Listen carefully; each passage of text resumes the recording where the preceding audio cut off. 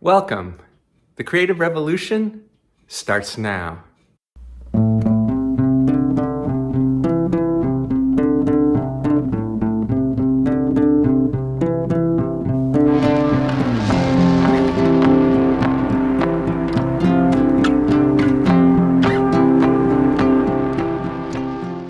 As promised in the last episode, we are about to delve into the practice of inspiring. And just to refresh you, inspiring is the practice of embodying nature. In the words of physicist David Bohm, nature is, quote, undivided wholeness in flowing movement. Today we're going to focus on that undivided wholeness. What does that mean, and how do you embody it? Because you cannot embody nature, which is the one and only creative genius of the universe, without understanding and embodying the undivided wholeness that it entails. The idea of undivided wholeness is like no other idea, because undivided wholeness has to encompass everything in the universe, or else it isn't wholeness. And at the same time, because it's undivided, it has to transcend everything. Let me put it another way. If wholeness is undivided, that means that you cannot look at it from the outside. You cannot go outside of undivided wholeness, which is all-encompassing. This means that undivided wholeness has to transcend all of our thoughts, ideas, concepts, and categories. Because the only way I can conceptualize something is by wrapping my head around it, literally, by drawing a boundary around it and saying, this is concept X, which is distinguished from Y. If you consider self-concept, the only way you and I can exist as a unique entity in the universe is if there is something apart from us. Otherwise, you cannot distinguish self from other.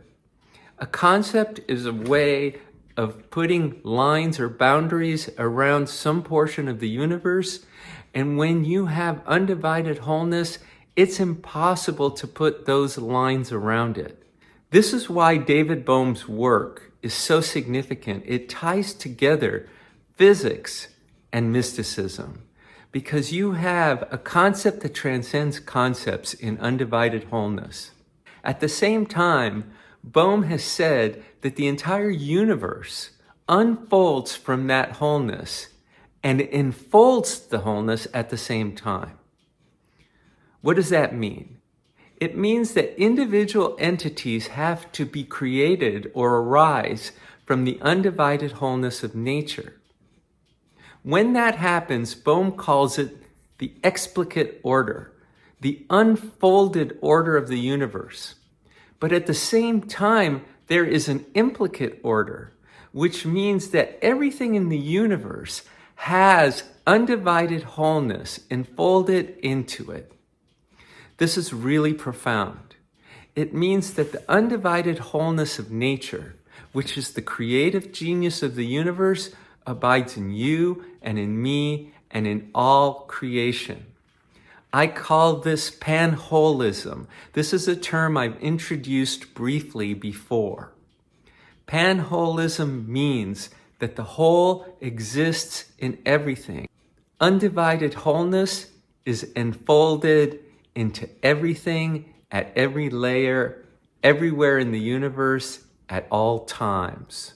Now, you may think that panholism is just another ideology, but it's not. It is a fundamental quality of the universe in which we live. Now, you may not be fully aware in your daily life that we are living in a panholistic universe in which undivided wholeness abides in everything, but we are. Because when you embody nature, you get to experience that undivided wholeness abiding in you. This is very important to the practice of inspiring, because that undivided wholeness of nature is the creative genius from which all creation arises, and it exists in you at all times. It has always been there and will always be there, and it's simply a matter of getting out of its way.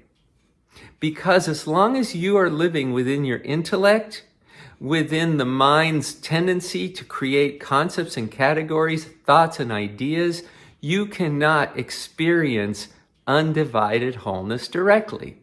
It simply cannot be done because that undivided wholeness is truly transcendent. It exists at a level beyond all thought. This is very important because the practice of inspiring that leads to a creative revolution in your life does resemble a lot of the mystical practices of the world. That shouldn't be surprising because what we're trying to do is reconnect at the deepest and most intimate level with the undivided wholeness of nature that abides in us. And when we do, we can tap into a creative force unlike anything else in the universe. This is the singular creative genius of nature. It's abiding in you.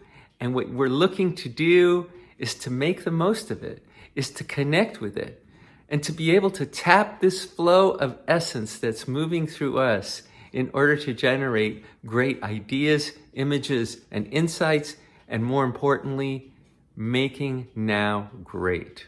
So we see that undivided wholeness lies at the heart of the inspiring practice. And the only way to know that wholeness is through direct experience, free of all thoughts, ideas, concepts, and categories. Next time, we're going to delve much more deeply into panholism and the very important role it plays in the practice of inspiring.